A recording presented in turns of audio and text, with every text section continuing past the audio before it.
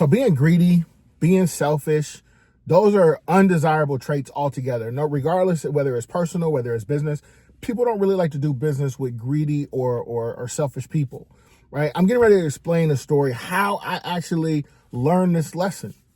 So let's go back to like 2005, maybe 2006. I'm living in Southern California, and I'm trying to figure things out, right? I'm figuring out, what my space is going to be. I'm figuring out life, right? So just for context, obviously I'm way younger, no gray. I'm in shape. I got muscles. You know what I mean? I'm in my early 20s. I'm having things my way, at least for the best way that I can, right? So I'm in the barbershop one day. And when you walk inside the barbershop, now this is back when you could sell everything in the barbershop. You got people outside selling the CDs. You got people doing all types, selling everything, right? So I go inside the barbershop, and there's this guy. He's sitting down. He has this big box in front of him. So I'm like, damn, what's in this box? And before I can even ask him, like, what you got in that box? He pulls out a pair of shoes, right? And he got Jordans. He got Air Force Ones. He just got a bunch of different shoes in there, and he's selling them for real cheap. So, I'm taking in everything and I'm processing everything. And I'm like, man, I said, that's pretty cool. I said, this is a big enough area. I said, how much did you charge me to give me a plug? Like where you get the shoes at? Cause I was thinking about coming back to Washington anyways at this point. So this guy tells me, he said, I'll tell you where I got them, but you got to pay me $5,000. Now that was basically him just telling me like, yo, I'm not paying you, or I'm not going to tell you where I got these shoes from. So I'm like, okay, cool. Now this story gets broken up into two different sections. Okay. So we're going to leave the barbershop portion where it is, and then we're going to transfer over, and I'm going to tie everything together, and it's all going to make sense. So we'll leave the barbershop story. So I have this job, right? And I'm working inside of a call center. Now, if you ever worked in a call center, if you ever worked in like an administrative building or anything like that, you know that the majority of the people that work in there, they're going to be women, right? Majority of them. There's probably like 400 or 500 people that worked in there. Maybe 150 of us was actual men. So I'm working in this place, and I just got the job, and I think I was making like $14 an hour or something like that at the time. But I got the job making $14 an hour. And, as soon as I get out onto the floor, they kind of partner you up with people who are like seasoned, just in case you got any questions or whatever. So the lady that they partnered me up with, this lady, I'll never forget this lady. Her name was Irene. She was probably I would just never forget her. She's one of the nicest people that I ever met. So a couple of weeks go by, and Irene, she's like, she's taken to me, and I'm really starting to take to her too. She's an older woman. It's not nothing in no type of flirtatious type of way. So time goes on. Irene tells me, she's like, Marcus, I really like you. I wish that my daughter didn't have a boyfriend so I could introduce you guys. Right. And then a little bit more time goes on, and she's kind of getting more comfortable. And she's like, I'm just going to tell everyone that you're my future son-in-law. Right. She gives me a wink, and I'm kind of like laughing. I'm like, yeah, that's different. Whatever. Anyways, I never met her daughter. I seen a picture of her daughter, and her daughter was super bad. Right. Daughter was like an IG model. I talked to her. Anyway, that doesn't matter. So I see a picture of her daughter. Her daughter's, really attractive girl. But we never meet in person.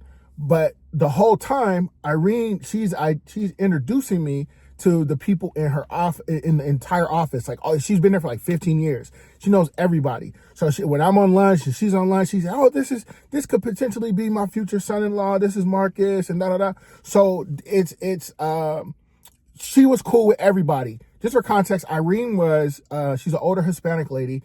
And so not only was, she just had friends with everyone, right? And even like a lot of the other Spanish ladies in there, they'd be laughing and speaking Spanish and doing their whole thing. But everyone started to gravitate towards me only just from the relationship that I had with Irene. So Irene was kind of like the broker between me and just introducing me to everybody, right? So I knew all of these people inside of this office.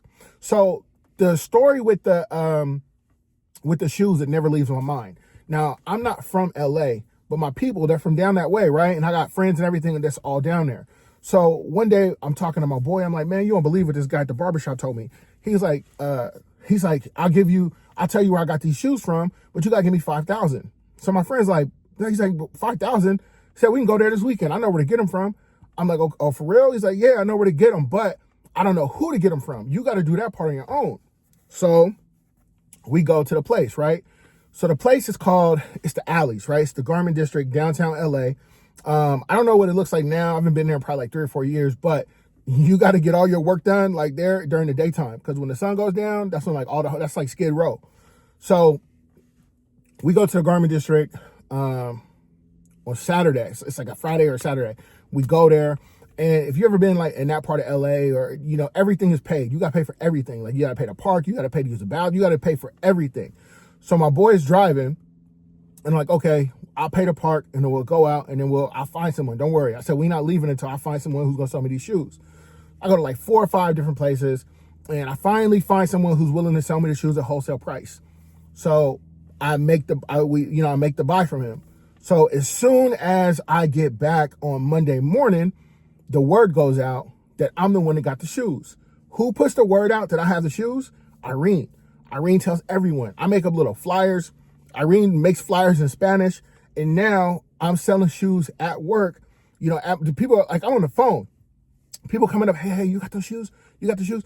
So I'm selling shoes at my desk. I finally get in trouble and they're like, no, you can't do this no more. You got to at least wait till your lunch break. So I say, okay, cool. So I have my big box. Now we in the lunchroom on my lunch break. I got a big box of shoes and I'm selling them. Boom, boom, boom, boom, boom. It got to the point where I had the shoes, the DVDs, the CDs, everything, right? I was a guy to come to. It got to the point where I would make more money hustling at work than I would on my regular paycheck. And I think it was kind of starting to rub people the wrong way, but no one really said anything about it outside of, hey, you can't do this at your desk. You got to wait till you're on your break. So I'm making so much money, right? And as time goes on, I'm just becoming that person that they know, like, okay, Marcus, he got it. Go see that guy. Oh, you know, that's Irene's future son-in-law, right?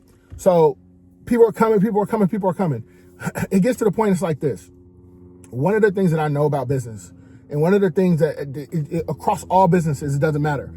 Regardless to what you're selling or what you're doing, you're not in, say, for example, if I'm selling cars, right? If I'm selling cars, I'm really not in the car business. I actually have a cleaning business, but I'm not in the cleaning business. We're in the people business. We got to deal with people. And that's the one thing that I always knew. My uncle taught me that a long time ago. We're in the people business. So people would have different things come up. Marcus, you know, I want to pay, but you know, my son has got this going on, or this happened, or whatever, right? And I will always cut little deals, or oh, your son got straight A's in school. Okay, here, don't worry about it. Here you go. Tell him congratulations, right? I will always just give little deals and stuff like that to people. People who I knew or I felt like was, you know, real genuine and everything like that, right? So as time goes on, like I'm giving out deals, and I remember there was this one lady, I can't remember her name, but this one lady, her son, or she had a baby that was like, something was wrong with him. He had to go to the hospital, and it was a pretty serious thing. So I don't even have baby clothes, right? I'm going out and I'm buying stuff and I'm just donating. I'm just giving it to her, right? I'm giving it to her, and it wasn't like she had a family. She had a husband and a whole 9 yards. So it wasn't like I was trying to, you know, sneak in the back door, nothing like that. But I'm giving her stuff, right? So this lady, she sees me in the parking lot. She just breaks down crying. She breaks down crying, you know, thanking me because we didn't really know each other like that, other than we work together and I'm the guy that sells the stuff. So we didn't really know each other like that. So this is where the story gets crazy. I go to the barbershop again, same situation. The guy's there. He's got his box of shoes. He's hustling. Now, the guy my barber at the time, he didn't own the shop. Matter of fact, I didn't know who owned the shop. But when I go there this time, I see the owner of the shop. And I do know him, but I didn't know he was the owner. I know him because when I was younger, when I was like, you know, 16, 17, I would come down, I would see my family, and he ran with some guys from my cousin neighborhood, and we just know each other that way, right? He knew me as the guy who was going to school, going to college, playing football. So I see him, we shake hands, what's going on, how you been, da da da da da. And his wife comes out of the back. Guess who his wife is? His wife is a lady who had the baby, who was sick, and I was giving him clothes. So his wife sees me, she's like, oh my gosh, Marcus. Now he's thrown off. And just for context, like the guy who owns the shop, he's no one to play with. Like you don't play with his money. You definitely don't play with his, like he's known as that guy. You don't play with this dude, right? So I don't know that this is his wife though. So she sees me, she gives me a big hug. Oh my God, Marcus, da da da. Now he's looking like, how you know him? And then she tells him, oh, this is the guy that was, this is the guy who sells all the stuff. He gets the shoes, da da da.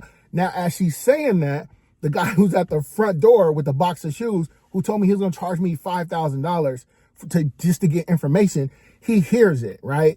And now I have obviously got her attention. I got the shop owner's attention and all the other barbers. It's not that, it's just that we're in the middle of this conversation. So long story less long, right? Because I feel like the story's getting a little bit too long. Long story less long. This owner of the barbershop has two other barbershops. Now he's like, listen, I can get you can get a space in one of my shops, but you can't have this one because the guy over there has this one.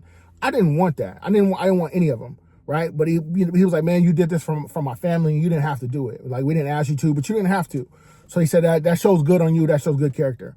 But the other guy who was working in the shop with the box of shoes, he's been fighting forever to go ahead and expand and get them other shops. Because he was greedy, because he was selfish, the owner of the shop already knew the kind of character already knew the character of this guy. But being that I was there and I was willing to help and I was willing to give and I helped his family in a time that, in a time of need, they needed some, or they were in a situation where, you know what I mean, all help was going to be accepted. Because I was able to do that and I didn't have to, no one twisted my arm, I wasn't trying to get nothing out of it. I was able to go ahead and get those and put my shoes in those two other shops. Moral of the story is, man, being selfish, being greedy, it's only gonna hurt you. It's gonna keep you so small. You're not gonna be able to grow. You're not gonna be able to expand. But yeah, guys, that's the end of this video. So I will catch you in the next one. Peace.